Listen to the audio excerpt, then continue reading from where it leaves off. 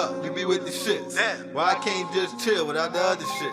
You be all up in my phone when I put it down. I was about to get a 7, now I need an ounce.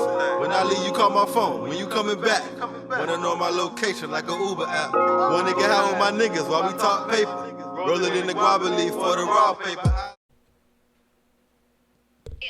Put mental health first, because if you don't, then you're not going to enjoy your sport and you're not going to succeed as much as you want to. So it's okay sometimes to even sit out the big competitions to focus on yourself, because it shows how strong of a competitor and person that you really are, rather than just battle through it.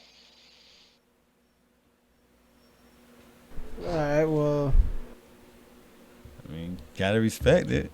I respect that. That was a real response. I ain't gonna take away from it. But I feel like. Do you believe I mean, not to say believe, because I don't want to sound like, you know, I'm not gonna sit there and say insensitive, or however you say. That was a politically correct answer, though, because it was a politically correct answer, but it was the correct answer nonetheless. It was more keeping it real. Y'all really.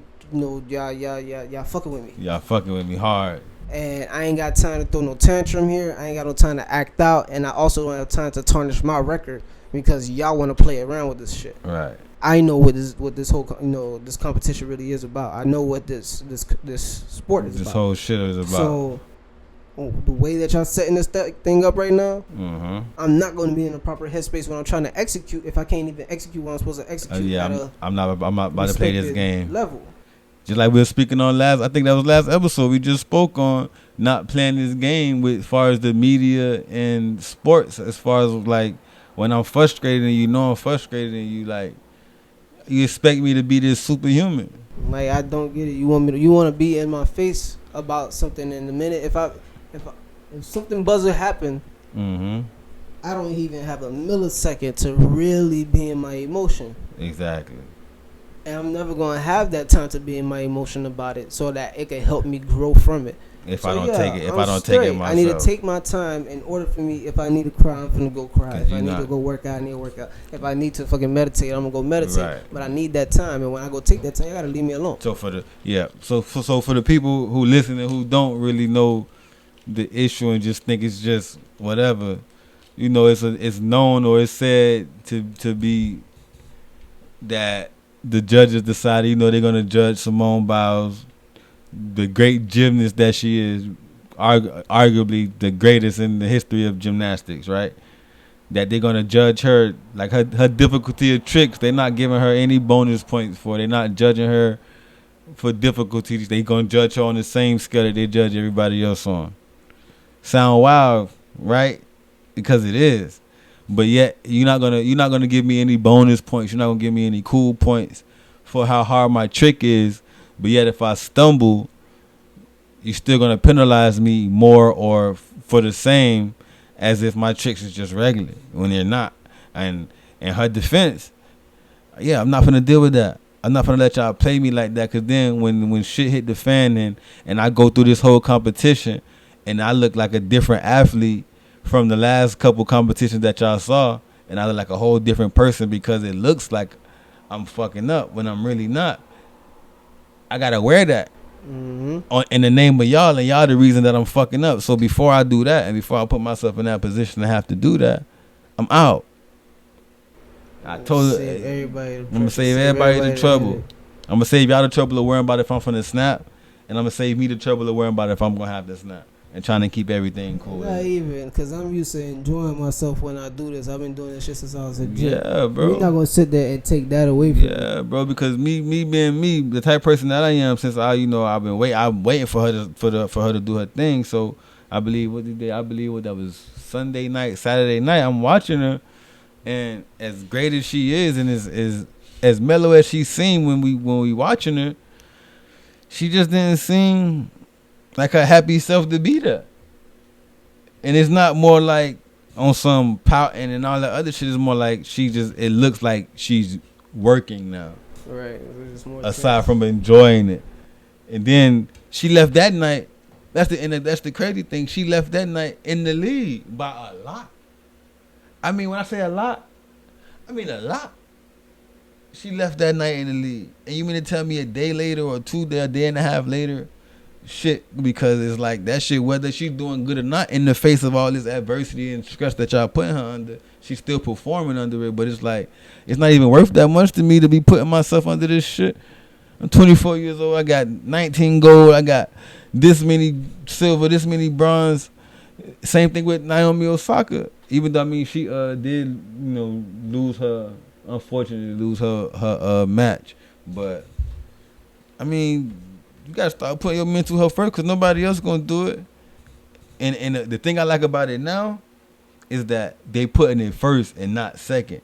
So they don't have to be on the comeback of, yeah, I'm sorry, y'all. I was having a mental breakdown. I was having a lapse. Now they getting in front of it of, yeah, y'all not finna get me to that point.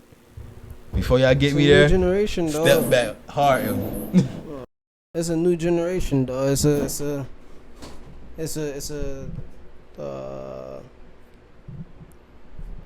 like a power boost to what AI was trying to explain to everybody back in the day about practice. Like,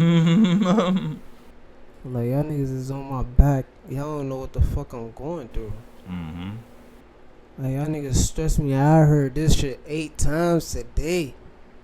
That I ain't show up to practice. Okay, I didn't show up.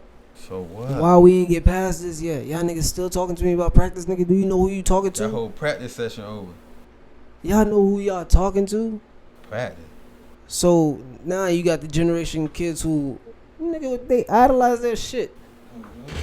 You're not just gonna talk to me crazy. You're not gonna force me to do this. You're not gonna drain me. You're not gonna Facts. And then you got the rest of the world that's, openly, agreeing with mental health and, being happy and being sane. A bunch of people trying to let you know, like, there's a way better way to live life. There's a way to live life actually happy and not stressed all the time like you saw your parents and grandparents and everybody else in the world. Like, yeah, things are tough, but things aren't that bad. Happy and was sad and fucked up behind closed doors. People want to be happy for real these days. Those same happy people that y'all find that, y'all thought everybody was cool because they made everybody smile. Then, Mm-hmm. You feel me? So, it's a lot of different things that, people are telling you, yo, you got to do what makes you happy. Not to say nothing has to be a crutch, but if you see somewhere that your friend needs help with something, you shouldn't have a problem helping. The fact. Now, I had a friend who expressed herself, and I understand it's just like anybody who starts with a new venture. The minute you start and you share the information with certain people, whatever, you're expecting them to just jump up with glee, like Beyonce just dropped a new album. Ready to help and show love and say, all right, let's do it. But you also got to understand that everybody is not business minded. Everybody ain't advertisement marketing minded. Everybody's not living that life. A lot of people are living a very simple, I just need to be able to wake up, handle this, go home, and sleep. Anything extra is an inconvenience to me. I love my friends. I love reaching out and having conversations with people. I love drama because, everybody needs a little drama in their life apparently. I like to hear bullshit to be entertained, like Denzel with the newspaper, and you feel me? Or people who watch random shit that they don't necessarily believe, but they just like to be entertained. Just be entertained. It's like, okay. But then when you decide that you're changing your life, and I want to do a podcast now, so I'm podcasting. Cool. Damn, dog, y'all niggas ain't trying to get my subscribers up. Y'all niggas ain't trying to get my people up. Y'all niggas, Bro, I don't listen to podcasts. Right, you put me trying to you ask me to jump in the field that I don't have nothing to do with. Hold on. So yeah, I'm like, nigga, don't I understand. You're not my consumer. Mm-hmm. I shouldn't even have to look at you or be looking at you as if you are my consumer. You feel me? Like, I should be chasing a whole new audience and trying to expand to the rest of the world versus being upset that you, as my dog, my friend, my person who's actually out here living their own life and shit, ain't doing nothing. You feel me? Like, this has nothing to do with you. So I shouldn't be upset that because I started a venture. Instead of me actually saying, hey kid, you want to do this with me? I look at you like, why you not hungry for my stuff? Why you not hungry? Now you're not hungry for my shit like I'm hungry for my own shit. Like, nigga, that's yours. And like, that's your shit. What? What are we beefing about right now? Like, what are you mad at me for? Why are you sitting there and now making gestures or making statements of, you know what, I just don't need none of that around me. Yo, maybe I'm simply here for your comedic relief when you're not working. Maybe I'm here to get your mind off of that type of shit. Yeah, that stress relief. Like I was telling you about the iced tea and his, I said iced tea, like Dr.Dre and his lady. You feel me? Like, the reason why I probably have to give you this alimony bread, the reason why I gotta continue paying this is for the relief that you gave me outside of my grinding, that benefited to my grinding. That's some expensive ass relief. Well, that's a different bracket that he in. You know, every nigga ain't gonna get hit for the same bill. That's some different ass relief. Cause in my mind, aside from all that, since we already on it, I like I told you, it's like double pay. Hear you. You feel me? You benefited from being around me when I had it. Now that you gone, you still gonna benefit from it. Like I would get if you say, yeah, I'm leaving. You know, you list some other things, but you listen to already the things that you done benefited from anyway. So it's like, okay, yeah, that time where you ease my stress, or that time where you took control of this situation and all that, so I could be able to handle this and get us this bread. You don't acknowledge the fact or remember the fact that when that bread did come through, you got you a new whip, you got you some new this. I know your bank account ain't hungry for real. But see, but so now you asking for double pay because you gonna say, hey, I did this back in the, yeah, you got your but respectfully with that, right? Mm-hmm. See, that's a perspective that you're gonna take on it, but that's not a guarantee that's how it went down, because you got a lot of people who may either have a joint account. True. I got my account and I give you an allowance. That's true. So if that was the life that we was living, I gotta continue giving you this allowance. Damn. With that being said, damn. See, he waited. See, you waited for the mics to be on the proof. Cause with that said right there, I can't say shit. Nah, because it's a known fact with niggas that live. Yeah, the niggas that live like that. That say I take care of the bills, right? So you Gucci, you ain't got nothing to worry about. You don't need but the a bread. lot of niggas end up stuck with females who have no ambition for themselves, so they only live for that purse that you leave them. You feel me? Fact. You wake up in the morning and put 5 bands on the table and say, all right, look, that's your weekly bread right there. Yeah. She would have never made 5 bands having a regular fucking job, so she don't know the actual struggle of making only $300 per paycheck every 2 weeks. Fact. She knows 5 bands on the table. Pad's gonna have to learn, but I get it though. You right but though. You at a certain right, age. Though. At a certain age, nigga ain't got time for that shit. It's not a matter you don't have time for it. It's an adjustment you're gonna have to make regardless. Because now, although you still getting this alimony check or whatever the case is, now you got to find something that actually value your life on. You feel me? Shopping. But that's not a value when you realize that your 300 your bread is limited. You get what I'm saying? When you was fucking with me, your bread was unlimited. So your shopping was not going to Target to buy candles and a couple house decors. Your shopping was, I want a Range Rover today. All right, cool. Now I'm finna go drop a property while you're way in New York and I'm in California. I'm finna go get a property in Ohio. For what? I don't know. Just so when you come home, you manage the finances and you figure out, okay, maybe we could rent this out so we can make some extra bread and this, that, and the third. You know what I'm saying? Like, I find a way to... The nigga finds a way to peep your asset and turn it into a liability. Yeah. I mean, he peep your liability and turn it into an asset just so that he doesn't get upset that you did it. You get what I'm saying? You like to go buy a whole bunch of clothes. I realize that you don't use none of these clothes and you keep shopping. So while you continue shopping, I start getting rid of your old shit. I be selling your shit. So now I got this weird e-commerce thing going on with clothes that I'm not a fashion stylist. So I'm not out here finding these shits, but you find it, and then 6 months later, I start trapping these shits and I make some of the bread back. You don't know that I'm doing these things because you walking oblivious. You're not really aware of it. But what you benefit me with is, whether it be the sex relief, whether it be the comedic relief, whether it be, the fact that you cook, you clean, I need you as my partner, I like to talk to you about shit, just bounce shit off of you, whatever. But the allowance that I give you is what I'm stuck paying after I leave you. No. So niggas gotta understand, like, there's Derek Grace. He said it best. If I split from my lady, I'm not worried about no prenup. I'm not worried about no half, none of that. Why? Because while I've been with her, I fed her knowledge, and she learned how to make her own bread. So when I leave her with that knowledge that she has now, and she's able to fend for herself. I never shackled her foot to sit there and say that you're mine, and now you stuck here and you have to rely on me. You don't rely on me. We could depend on each other. but you don't rely on it. I could go you know for what that. I'm saying? I go for that because it is a known fact. Them type of niggas just want a woman to just sit down and just take the bread. Shut the fuck up. Just be around and shut the fuck up. Here, just take the bread. So that's kind of what you create when you just have when you just got the person living like here. Just take the bread, go shopping, be quiet, come back home, be my wife. So when the situation over, hey, you gotta be able to pay for that because that's what you created. I get it, but on the side of speaking on the, I guess I was coming from a point of like just a nigga. When I speak from a nigga that's. When I say fair, I mean like I said. You coming from a moral standpoint. Him, like in my mind, me being if I'm a millionaire and my wife, granted, if I'm a millionaire, she don't need to work. If I know it's set in stone. She don't. So I'm gonna end up creating that same person that I'm talking about right now. But at the end of the day, I'm not gonna give you an allowance and all that other shit.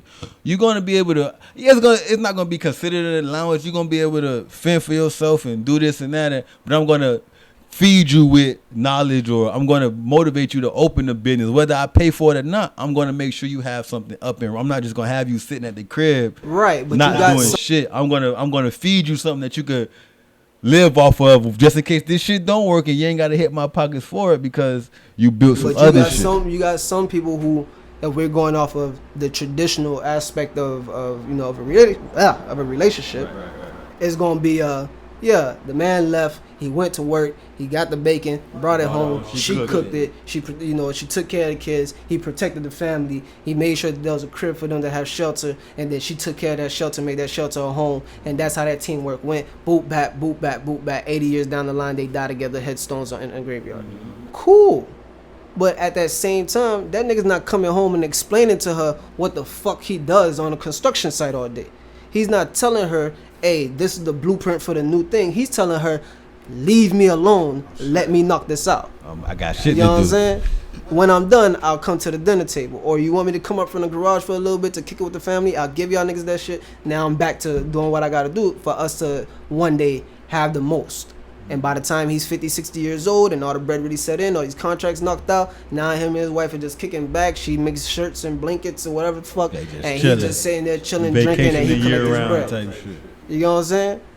And in the meantime, the person that he did teach things to was his kids. You feel me? He found that one kid that if he had a whole bunch of kids, he found that one kid that was actually interested in the family business if he was running his own shit. If he wasn't running his own shit, he taught his son how to be corporate. You feel me? Like, yo, this is the ins and outs. These are the people that you need to make sure that you always know. No matter if their names change, their position will always be the same, and you need to know the people in those positions. Now, that son, that daughter, she moves the same way. That's how she maneuvers or whatever the case is. That's how he maneuver, and then that cycle continues. You feel me? And then the future changes within them by how they deal with their relationship is a whole different thing. You feel me? Like, I don't know how, like a nigga being a sports anchor, you're a man that travels, goes with different teams to different locations, and y'all you just report on it.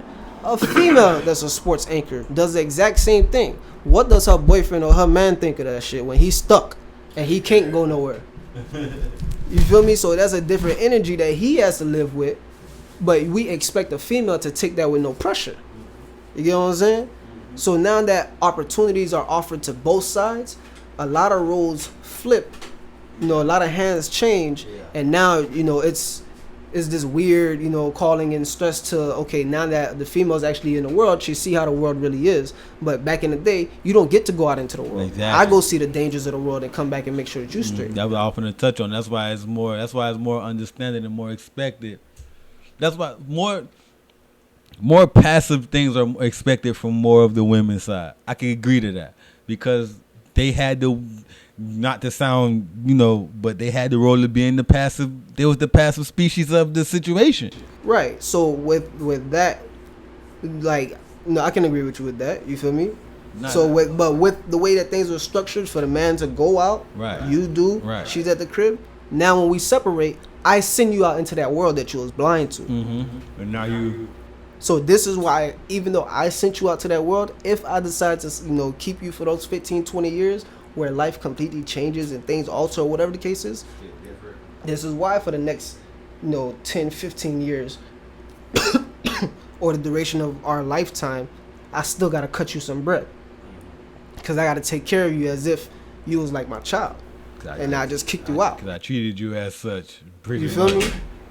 Yeah. I treated you as somebody that I was legit taken care of. And now when I seen you out there with no gun, you in a war. Yeah.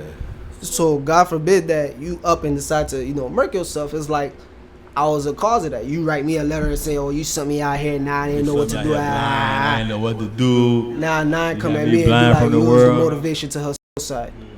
Now I gotta actually pay something back for that. You feel me? Whether it be to you, your family, pay for the funeral. I don't know. Now I gotta now and not to mention I'm finna get canceled now for what is emotional abuse and all type of shit. You feel me? So yeah, they gonna label that emotional abuse. Like Jim Carrey went through an accusation like that with a makeup artist that he was dating. An ex, yeah. Yeah, I didn't know. Like she went on and left like I don't know if it was letters or like just accusations of the lifestyle, whatever the case is. He introduced her to illegal substances and shit like that, and that's terminal stress or what's a terminal stress, but whatever stress that she was enduring being with him led her to us. That nigga kind of sued the family. Like fuck y'all talking about, man. I ain't get her no drugs. I ain't get nobody nothing. I ain't responsible for nothing another adult was doing. Like I tried to talk her out of it. She up and decided to do that. Y'all can't come and try to pin that shit on me. What? You get what I'm saying? But you have shits like that. Yeah. You have cases like that. So that's why when it comes down to that alimony, it's depending on how we had this whole shit set up. The way that actual system is set up when it was initially made was because the woman was rarely outside in the world. So now when you send her out to the world, you gotta be able to support her. You gotta support her in some way, shape, or form until she really on her feet. And the only time a woman is considered on her feet by law, apparently, says I gotta pay you alimony until you remarry. Wish you with a man. Right now, you could be with a fucking chair, apparently. But y'all know what the hell we mean. It's a fact. When you get with a new nigga that's gonna take care of you, that's when I'm off the hook. It's crazy how a lot of shit coincide with, and I'm not saying this shit to be toxic or to down y'all or none of that shit. But a lot of, and maybe that's a lot of shit that y'all gotta focus on fixing too, besides just looking at and pointing at a nigga. But a lot of society outlooks only deem y'all successful if y'all got a husband or some shit, or if y'all with a man. And I'm not saying that I agree with it. I'm just saying that's what societal outlooks on certain things is. A woman ain't successful. You can have the best job in the world that you want, but if you ain't got no man or no husband, they kind of deem you not being. You know why it's set up like that? Things being run by white males. Having a not a theoretical, hypothetical white man got his foot on my neck.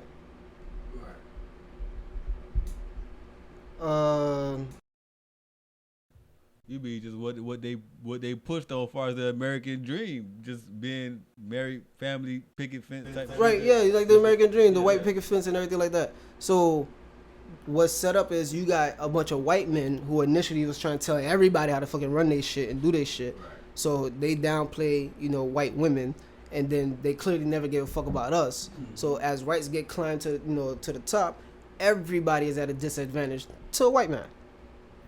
Because the white man seems like he's the only person with the answer. Yeah, if you able to write history, you gonna always have the answer. You feel me? So once all that is taken away, y'all niggas the ones that's making all the business decisions, which is gonna lead to a whole lot of other decisions. God damn it, you feel me? Y'all the only ones at the top. Whoever's running corporate type shit, that's y'all boys. You feel me? That's y'all club. Cool, have that. We got entertainment. We got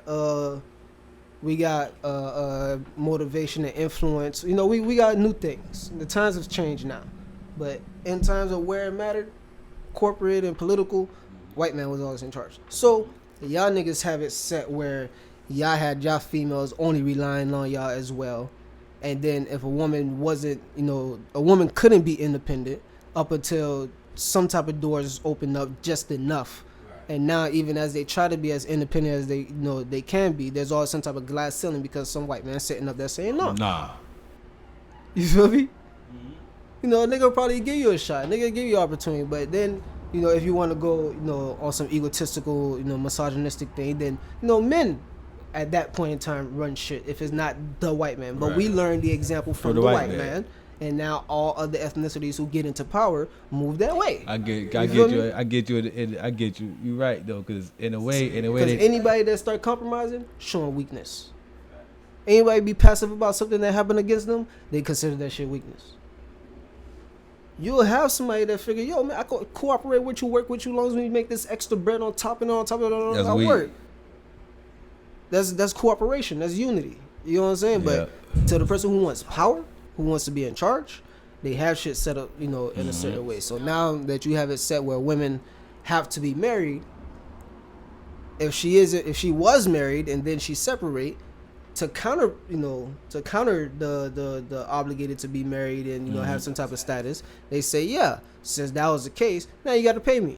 You got to keep me somewhat. You got to keep me somewhat paid to another nigga pick me up. That's like joining the NBA, becoming a free agent, but hey, y'all niggas still gotta send me my check every 2 weeks of something. So let me ask you this. Until another team pick me up with a bigger check. So let me ask you this, right? Let's flip it. That can be possible. Well, it's possible. I'm just talking about. It can be possible. If I'm the nigga that came into the relationship, you cheat on me, you came up on bread, I needs that. We was living this life. I ain't speaking on if it's possible. I'm speaking on society outlook on it. I don't know what they outlook on it because it's not so common. Shit. To the people who do get it, they probably stay hush hush and just vibe. Shit, nigga, you know the outlook. I don't know for sure. Niggas get called all type of bitches and green ass niggas and blah blah blah this. But what about the comfort he provided? What about the support he provided? What about this he provided? Like, see, a man can't. Supposed to do. See, but a man, if a man ain't got no bread, then he not providing comfort. If a man ain't got no bread, then he ain't providing protection. If a man ain't got no bread, then he just ain't providing. Period. So whether or not you got the biggest heart in the world, bruh, if you ain't got no bread in your pocket. When that female get tired of you and she ready to call it quits, she gonna say you want to provide nothing. She ain't feel safe with you. She ain't feel protected by you. She ain't feel none of that shit, bruh. So you could long if you broke, bro, the biggest heart don't fucking matter as a man. So it don't even matter if you. So as a man, if you take your ex-wife to court and you say, man, I ain't have the best of jobs all the time, and I ain't have the highest amount of money at all times, but I provided this for her. I was her support system. I was this, I was that. That shit ain't good enough as a man. And if you do say that shit as a man, then they gonna say, well, that was what you was supposed to do, nigga. You ain't had no money. That's what you was supposed to do. So it's like, niggas, that shit. In that case is when they go to moving the goalposts. You moving the goalposts now.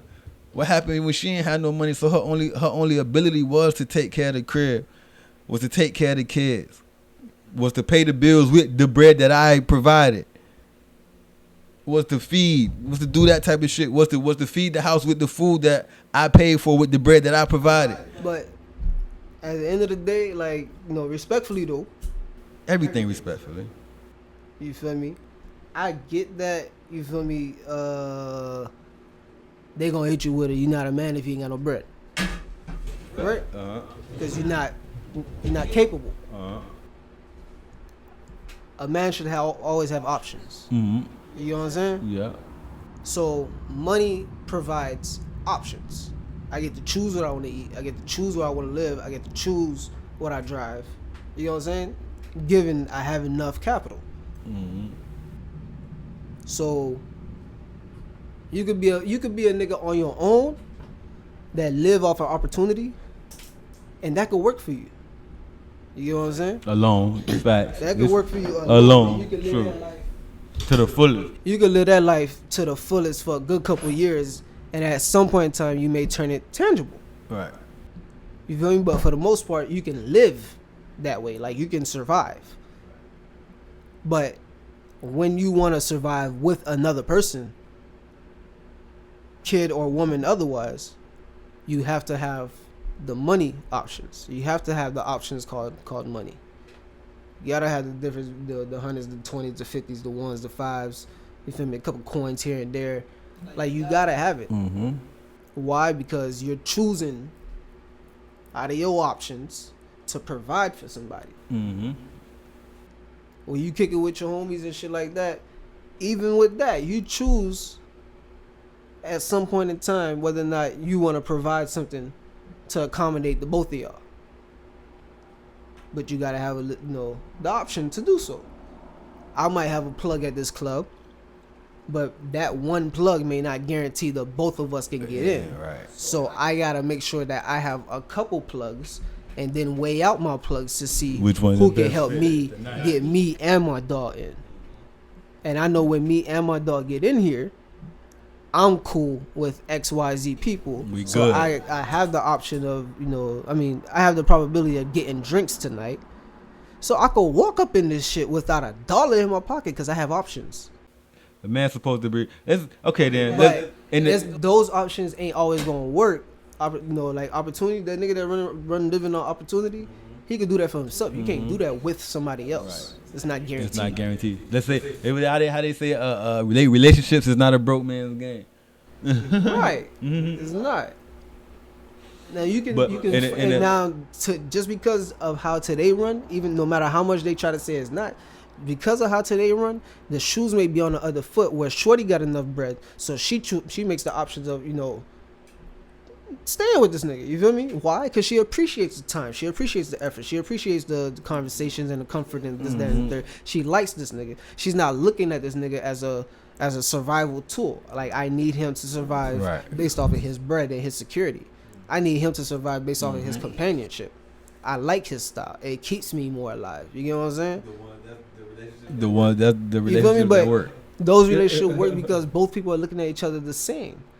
Everything else I probably have to do for myself, or we choose to do for each other, no matter what. And that's where it should be. If you in a relationship with somebody, you choose to do for them no matter what. And both people, if they feel that way, vice versa, then the relationship gonna work. If one person stops feeling that way, it's a problem. Like a Uber app. One nigga out with my niggas while we talk paper. Roll it in the guava leaf for the raw paper.